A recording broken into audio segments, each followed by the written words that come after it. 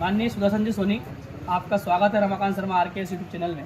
आपका एक लेख सोशल मीडिया पे काफ़ी ज़ोरों से वायरल हो रहा है, जिसमें आपने पूरा वर्णन दिया है। ये लेख के बारे में आप थोड़ा बताइए, इस बारे में कि जो लेख लिखा है आपने, थोड़ा सा जानकारी उसका इंट्रो हमारे पब्लिक को दे दीजिए। और उसके बाद में आप ये बताइए कि आपके पास इसकी विधि क्या है, आपका जानकारी कहाँ से मिली आपको, ऐसी कैसी आपके पास कहाँ से इतना ज्ञान आया, इस बारे में आप थोड़ा दर्शकों से बताइएगा। देखिए रमाकांत जी, मैं 1995 से 10 साल की उम्र से ही इस विचारधारा से जुड़ा हुआ हूँ और मैंने अयोध्या मुद्दे से जुड़ी कई पुस्तकें पढ़ी है। उसके साथ साथ मेरा रामचरितमानस में बहुत इंटरेस्ट है और रामचरितमानस के हिसाब से मैं जब भी किसी संकट में उलझ जाता हूँ तो प्रयास करता हूँ कि रामचरितमानस से ही उसका हल मिल जाए।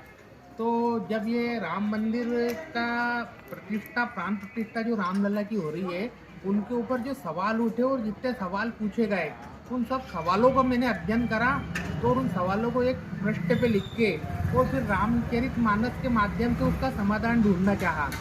तो मैंने जो विषय लिखा था उसमें अधिकतम लोगों ने मेरे से इस प्रश्न किया था कि शंकराचार्य जी ने ये इस प्रकार का मुद्दा उठाया या कांग्रेस ये मुद्दा उठा रही है कि ये विधि गलत है।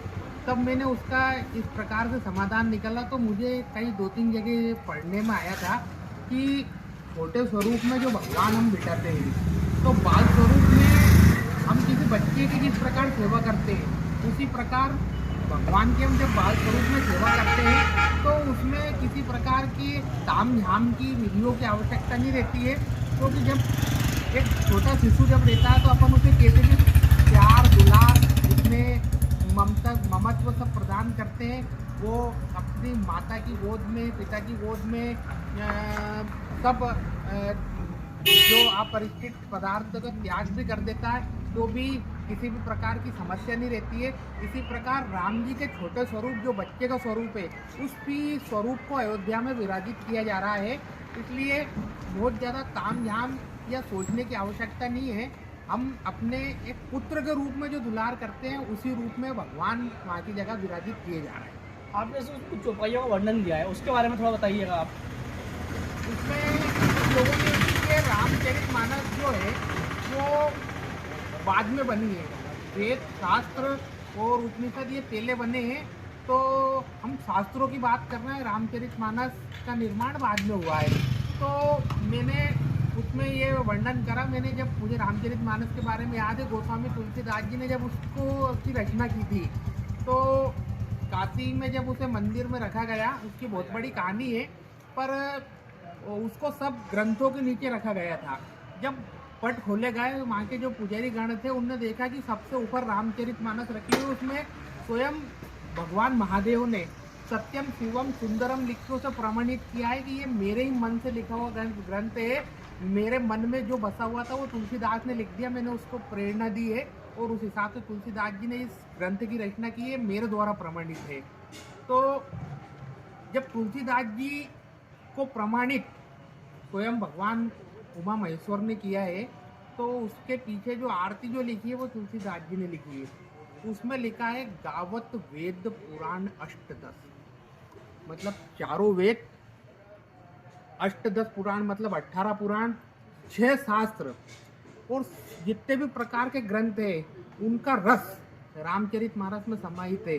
गावत वेद पुराण अष्टदश, छहो शास्त्र सब ग्रंथन को रस, मुनि जन धन संतन को सर्वस्व, मतलब जितने प्रकार के मुनि तपस्वी ऋषि हुए उनका सर्वस्व रामचरितमानस है। सार अंश संभत सभी की, मतलब सभी प्रकार के धर्म ग्रंथ इस रामचरितमानस से सहमत है। तो उन सबका ये सार है। तो किसे नहीं माने कि ये वेदों से अलग हटके, शास्त्रों से अलग हटके, उपनिषदों से अलग हटके, इन सबका सार उसमें समाहित है, ये प्रमाणित है। अच्छा, और भी चौपाइयों को बहुत सारी आपने उल्लेख किया उस सोशल मीडिया पर जो वायरल हो रहा है आपका लेख उसमें। और कहीं ना कहीं आपके दादाजी भी ये रामायण से लगातार जुड़े रहे, और उसके बाद आपके पिताजी भी जुड़े रहे, और आप भी और आपका पूरा परिवार लगातार रामायण, गीता, भागवत ग्रंथों से आप जुड़े रहे। तो कहीं ना कहीं बचपन से आपको ये चीज़ सीखने को मिलती रही है, इसका आपको आज दिखाई दे रहा है सामने ये चीज़। रमाकांत जी, मेरा जन्म जन्माष्टमी के दिन हुआ। हाँ। और राधा कृष्ण मंदिर में मेरा निवास था। तो मैंने 25 साल तक ब्राह्मणों और जो ज्ञानी लोगों ने उनके बीच में बिताए। पहले वर्षा काल में तीर्थ स्थलों से बहुत सारे संतगण प्रवचन करने के लिए आते थे, धर्म जागरण करने के। मैंने उनकी सेवा भी करी और उन्हें सुना भी। दूसरी बात यह है कि मैंने शिशु मंदिर में पढ़ाई की है। शिशु मंदिर में पढ़ाई की तो हिंदी और संस्कृत भाषा और ये धर्म उपनिषद और महापुरुष देशभक्ति इन सबका बचपन से ही संस्कार जो प्रदान किए गए वो अभी तक मेरे अंदर कहीं न कहीं समावित रहे और इन दोनों का सम्मिश्रण हुआ।